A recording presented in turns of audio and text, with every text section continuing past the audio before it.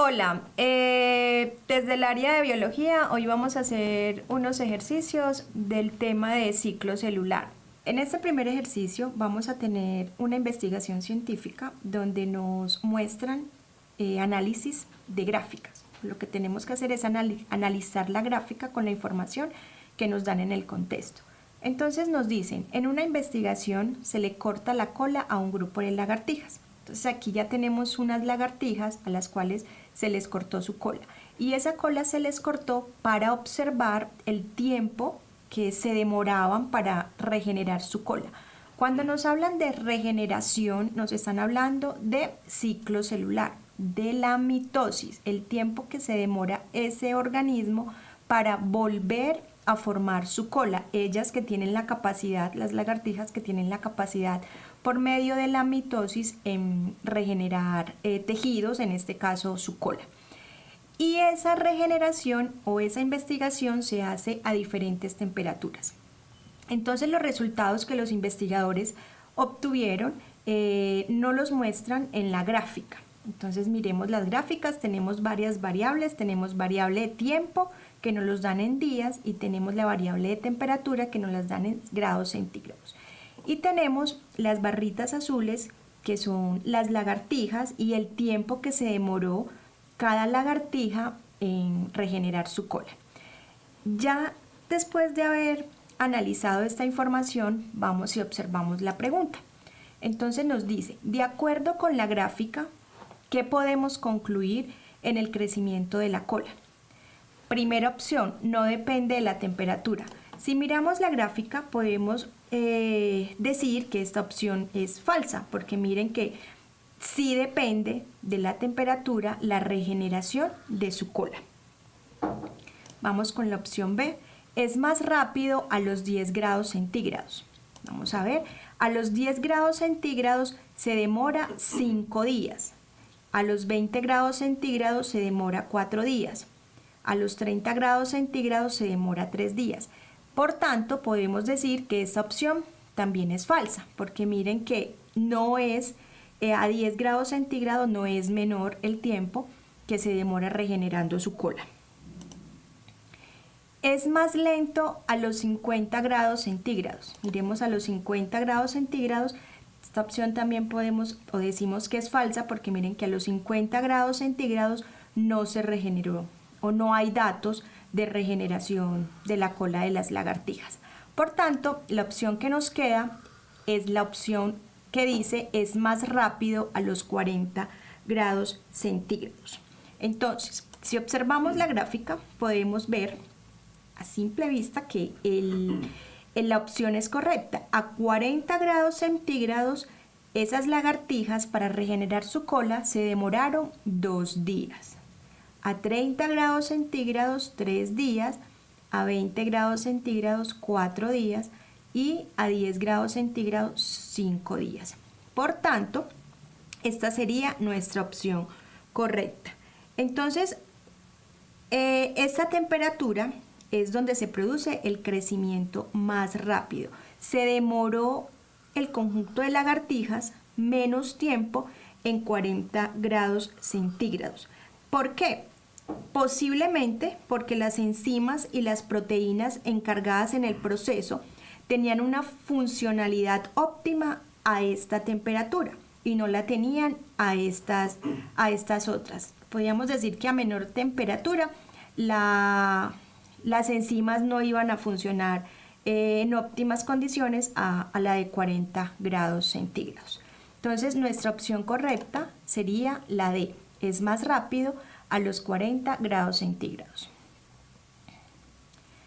Tenemos nuestro segundo ejemplo que nos dice: la técnica de hibridación fluorescente in situ permite colorear los cromosomas de manera diferencial para su estudio.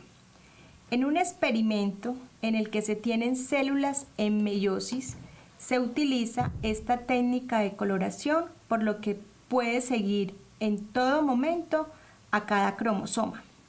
Al final de la meiosis se comparan todas las células producidas. ¿Qué se puede probar con este experimento?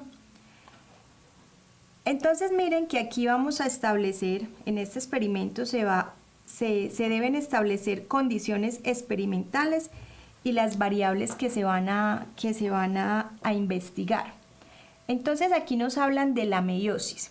Recordemos que la meiosis es un proceso que se da en el ciclo celular, donde al final de la meiosis se van a obtener 4 células hijas.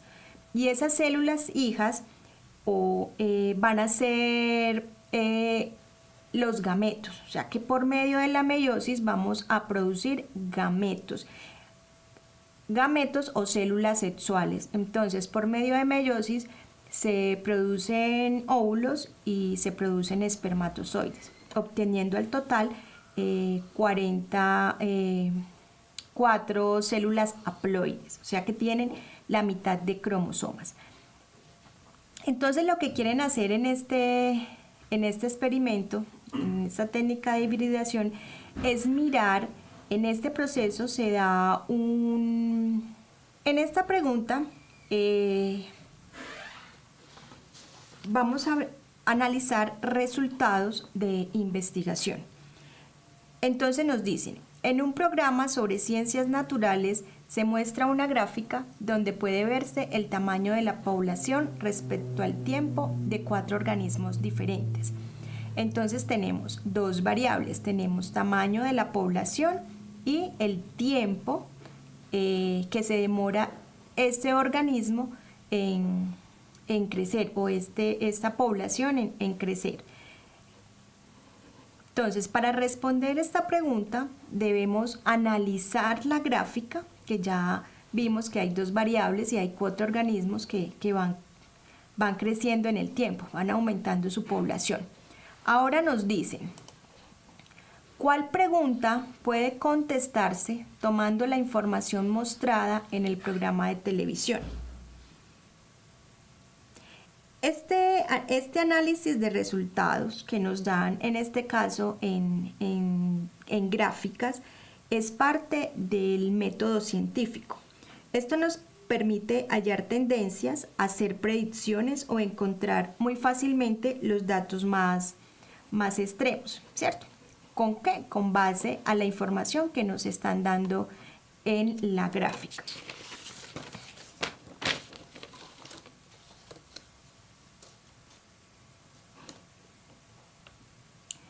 ¿Qué nos muestran en la gráfica? Tamaño de la población y el tiempo. ¿Qué nos indica esto?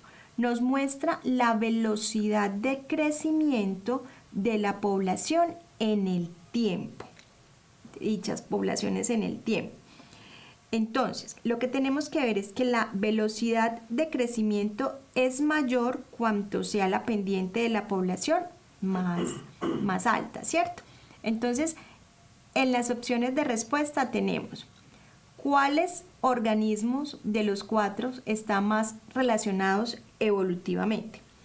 Esta primera pregunta de investigación que nos dicen que si podemos sacarla a partir de la tabla no sería posible, porque en esta información que nos dan en la tabla, en la gráfica y en el contexto de la pregunta, no nos hablan en ningún momento de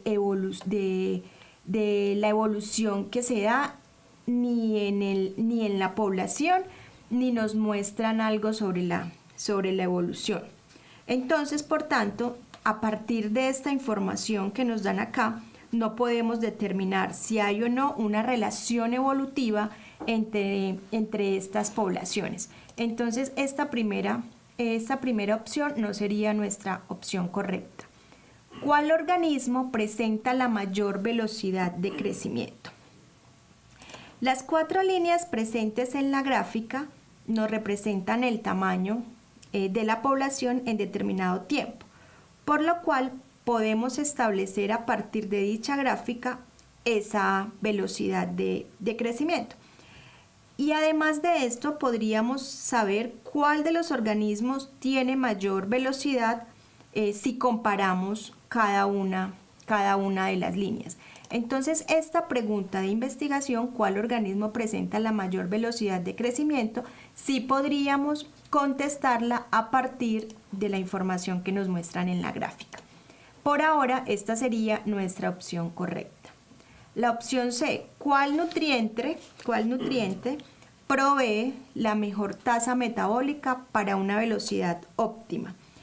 La gráfica no nos muestra ningún tipo de nutrientes o no nos hablan que se les proporciona algún nutriente para que crezcan, para que el tamaño de la población crezca en el tiempo. Y por tanto, esta no sería nuestra opción correcta. Y nuestra opción D, ¿cuál es la temperatura que permite un mayor crecimiento? Los datos que nos muestran en la gráfica no muestran las condiciones de crecimiento, no nos muestran a qué temperatura, o sea, no nos dan ninguna condición para el crecimiento de la población. Por tanto, esta no sería nuestra opción correcta. Bueno, en este ejercicio nos muestran una imagen. Nos dicen, la imagen muestra el proceso de división celular llamado mitosis. Recordemos que el proceso de mitosis es un proceso por medio del cual la célula se divide en dos células hijas y este proceso se da en las células somáticas. Entonces aquí nos muestran cómo a partir de una célula madre que replica su material genético y que por medio de diferentes pasos va a generar al final del proceso dos células hijas con una cantidad de cromosomas, ¿cierto? En este caso, esta célula es 2N, o sea que es una célula diploide. Las dos células hijas van a ser idénticas a la célula madre. Entonces, luego que ya analizamos la gráfica, que vemos lo que pasa, nos dicen, una célula epitelial tiene una carga cromosómica de 2N. O sea que tiene, cuando nos hablan de célula epitelial, nos están hablando de la célula de la piel, ¿cierto? Y la piel tiene una carga, las células de la piel tienen una carga de 88 cromosomas, que serían 2Ns para este caso. Entonces nos preguntan, si esta célula realiza mitosis, al final del proceso, ¿cuántos cromosomas o qué carga cromosómica tendrán esas células? Entonces, como lo vimos aquí en la imagen que nos dan inicialmente en el contexto, sabemos que las células hijas van a ser idénticas a las células madres. Entonces, primero que todo debemos saber que las células epiteliales son células de revestimiento y protección y estas células se dividen por mitosis. Todas las células de nuestra piel se van a dividir por mitosis. Entonces, este tipo de división, como se muestra en la figura, tiene ciertas características que la distinguen. La que más nos interesa en este momento es la cantidad de material genético, o sea, este DNA en las células, tanto la que comienza el proceso como la que lo termina. Entonces nos dice, la célula madre tiene 2 cromosomas y cada célula hija tiene 2 cromosomas. Por lo tanto, en la mitosis se conserva el número de cromosomas como nos los están mostrando aquí en la imagen. Entonces nos dicen, miremos la opción A. 2 células con diferente carga cromosómica. Como ya analizamos la imagen, podemos decir que esta opción es incorrecta. ¿Por qué? Porque si comparamos las 2 células hijas, entre ellas van a tener la misma cantidad de cromosomas. Y si comparamos cada célula hija con la célula madre, también van a tener la misma cantidad de cromosomas. Entonces, esto sería incorrecto. La opción B, 4 células con la misma carga cromosómica. Esta opción es incorrecta, dado que podemos ver en el esquema que solo se producen 2 células hijas. Entonces, no vamos a tener 4 células. Por mitosis, solo son 2 células hijas. Entonces, descartamos esta opción B y también descartamos la opción C. porque también nos dicen o nos hablan de 4 células hijas. Entonces, para esta pregunta, la opción que nos queda es la opción D, que nos dicen 2 células con la misma carga cromosómica. Entonces, esta sería nuestra opción correcta, dado que si las células epiteliales siguen un tipo de división mitótica, cada vez que se divida una de ellas resultarán 2 células hijas. Y en la gráfica o aquí en la imagen nos muestra que sigue el esquema se conserva, ¿cierto? El número cromosómico se conserva. Entonces, al final del proceso, para esta célula epitelial que nos dicen que tiene una carga cromosómica de 2n igual a 88, la opción correcta sería 2 células con la misma carga cromosómica. O sea que al final del proceso, esta célula madre va a ser 2n igual a 88 y al final del proceso, estas 2 células hijas van a ser a 2n igual a 88. Ahora vamos con la siguiente pregunta. Nos dice, en un laboratorio tienen un cultivo de bacterias que produce un metabolito de interés y tienen la hipótesis que las bacterias necesitan del nutriente P y el nutriente R para lograr sintetizarlo. Para probarlo, realizan un cultivo de bacterias con dichos nutrientes presentes y se dejan crecer una semana. Si la hipótesis es cierta, ¿cuál de las gráficas muestran unos resultados que apoyan dicha hipótesis transcurrida la semana? Entonces, primero que todo debemos saber que las bacterias son organismos procariotas que se reproducen por medio de fisión binaria. En el contexto de la pregunta nos dicen que tienen una hipótesis y ellos quieren comprobar si es cierta o no, en la cual las bacterias necesitan del nutriente P y el nutriente R. Necesitan de esto, de P y de R, para lograr sintetizarlo. De las opciones de respuesta descartamos la opción C y la opción D, debido a que las dos deben estar en la misma proporción. Entonces miren que aquí en la opción C tenemos más proporción de nutriente P que de nutriente R. Y en la opción C es al contrario, tenemos más proporción de nutriente R que nutriente P. Si al final la diferencia entre las gráficas de la opción A, nos quedan estas dos, la opción A y la opción B, es la concentración de los nutrientes P y R. Entonces lo que vamos a mirar es cómo está esa concentración en cada una de esas opciones. Si al finalizar la prueba se encuentran altas concentraciones de P y R, como lo vemos en la opción A, que miren que aquí está alto, tanto R como P, significa que las bacterias no tomaron estos nutrientes y que por eso están en esas altas concentraciones. Si al finalizar la prueba se analiza el medio de cultivo y las concentraciones de P y R son muy bajas, como lo vemos en la opción B, es porque las bacterias tomaron este nutriente y lo utilizaron, dado que la hipótesis dice que si son utilizados deberían haber unas bajas concentraciones. Entonces, en la opción B observamos que tanto el nutriente P como el nutriente R en igual concentración, en igual proporción, disminuyeron, ¿cierto? Entonces, por lo tanto, esta sería nuestra opción correcta.